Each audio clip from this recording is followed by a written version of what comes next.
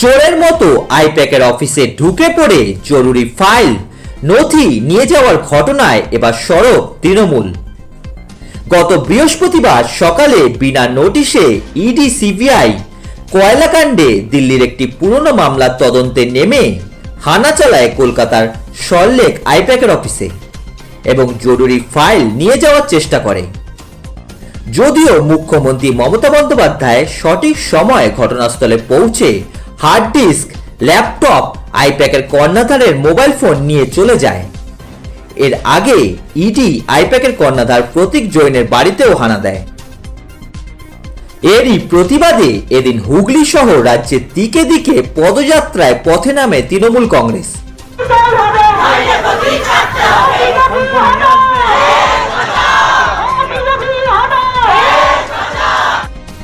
তৃণমূলের দাবি, আইপ্যাকের অফিসে তৃণমূলের রাজনৈতিক স্ট্র্যাটেজি সংক্রান্ত বিভিন্ন ডকুমেন্টস থাকে।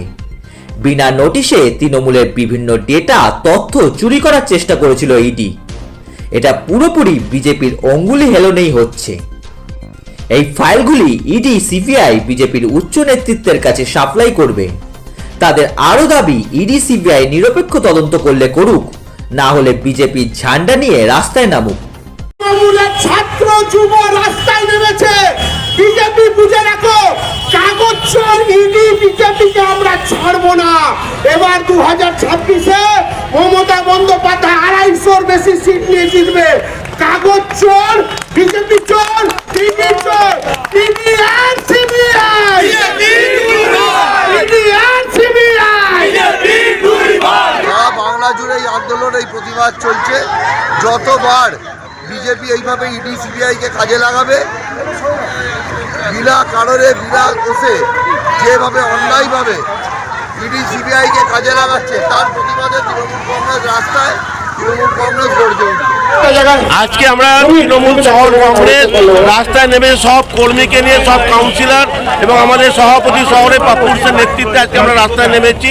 আজকে আপনারা দেখেছেন সকাল 6টার মধ্যে চোরের মতো আমাদের যে আইপ্যাকের অফিস ছিল, যেখানে তৃণমূলের ইলেকশনের স্ট্র্যাটেজি, রাজনৈতিক এটা যেগুলো চলে সেখানে ঢুকে পড়েছে উইদাউট নোটিশে। এবং সবচেয়ে গুরুত্বপূর্ণ কথা, আমাদের পার্টির গুরুত্বপূর্ণ ফাইলগুলো চুরি করে নিয়ে যাচ্ছিল ইডি।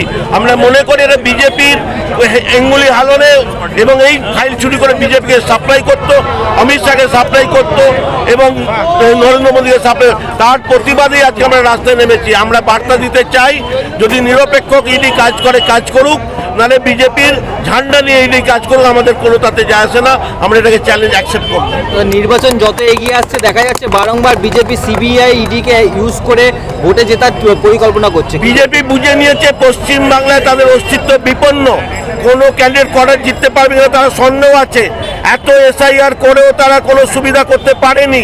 অঙ্কের মধ্যে দিয়ে পরিষ্কার হচ্ছে, যত এটা পরিষ্কার হবে তত তারা উগ্র হবে, এরকম সরকারি বেসরকারি কাজ করবে। আমরা এর প্রতিবাদ করলে আমরা শ্রীরামপুরের মানুষ এবং সারা পশ্চিম বাংলার মানুষ এটা ছেড়ে কথা বলবে না। যদিও এ বিষয়ে বিজেপি বলে, ইডি একটি নিরপেক্ষ তদন্তকারী সংস্থা, তারা বিজেপি কেন কোনো দলের হয়েই কাজ করে না। প্রতীক জৈনের বিরুদ্ধে একটি পুরনো মামলা ছিল, কয়লা চুরি কাণ্ডের ফাইলও ছিল। এতে তার বিপদ বেড়ে যাবে জেনেই মুখ্যমন্ত্রী ওই ফাইল ডাকাতি করে নিয়ে চলে যায়। এটা পৃথিবীর ইতিহাসে প্রথমবার ঘটেছে।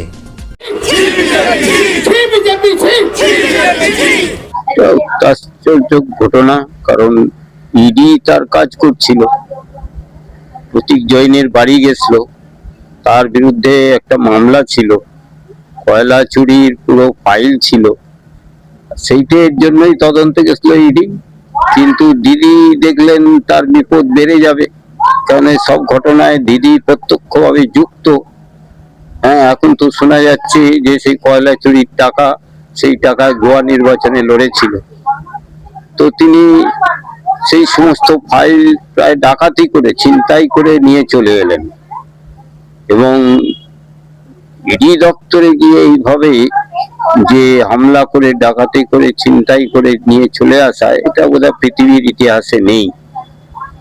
এটা একটা অত্যাশ্চর্য ঘটনা। আর এই জন্যই আজকে সবাই তাকে ডাকাত রানী বলেই ডাকছে। আর তার চালা চামুন্ডারা তো মিছিল করবেই, দিদিকে বাঁচাতে তারা করছে, মিছিল আন্দোলন করছে। তো এর ফল ভালো হবে না, কেন ইডিও ছেড়ে কথা বলবে না। ইডি এফআইআর করছে, এফআইআর করলে তারপর তার রেজাল্টও পাবে, ইডি ছেড়ে কথা বলবে না। এই বিষয়ে তৃণমূল কংগ্রেসের দাবি বিজেপি নির্বাচনের আগে ইডি সিবিআই কে ব্যবহার করতে চাইছে, এমনকি তারা দলের গুরুত্বপূর্ণ নথি নিয়ে চলে গেছে। ইডি একটা নিরপেক্ষ তদন্ত সংস্থা, বিজেপি বলবে আর ইডি করবে, এটা হয় না। অনেক জায়গায় ইডি তো বিজেপির নেতাদেরও বাড়িতে আনা দিয়েছে, বিভিন্ন রাজ্যে এরকম ঘটনা অনেক আছে। তো সুতরাং এগুলো ওদের ফেক কথাবার্তা, মানুষকে ভুল বোঝাবার জন্য। বিজেপির খেয়ে দিয়ে কাজ নেই, বিজেপি করবে। বিজেপি নিজের রাস্তায় চলছে, আগামী দিন বিজেপি এখানে বাংলায় ক্ষমতায় আসছে। সুতরাং এরা যা যা করছে তার ফল ভবিষ্যতে এরা পাবে। দিদি যাচ্ছেন, দিদির বিদায় আসন্ন, দিদি যাচ্ছেন, বিজেপি আসছে, এটা নিশ্চিত। মানুষ ঠিক করে নিয়েছে এবারে দিদিকে বিদায় দেবে। সুতরাং সেই জন্যই এই সমস্ত কাণ্ড কারখানা করে বেড়াচ্ছেন।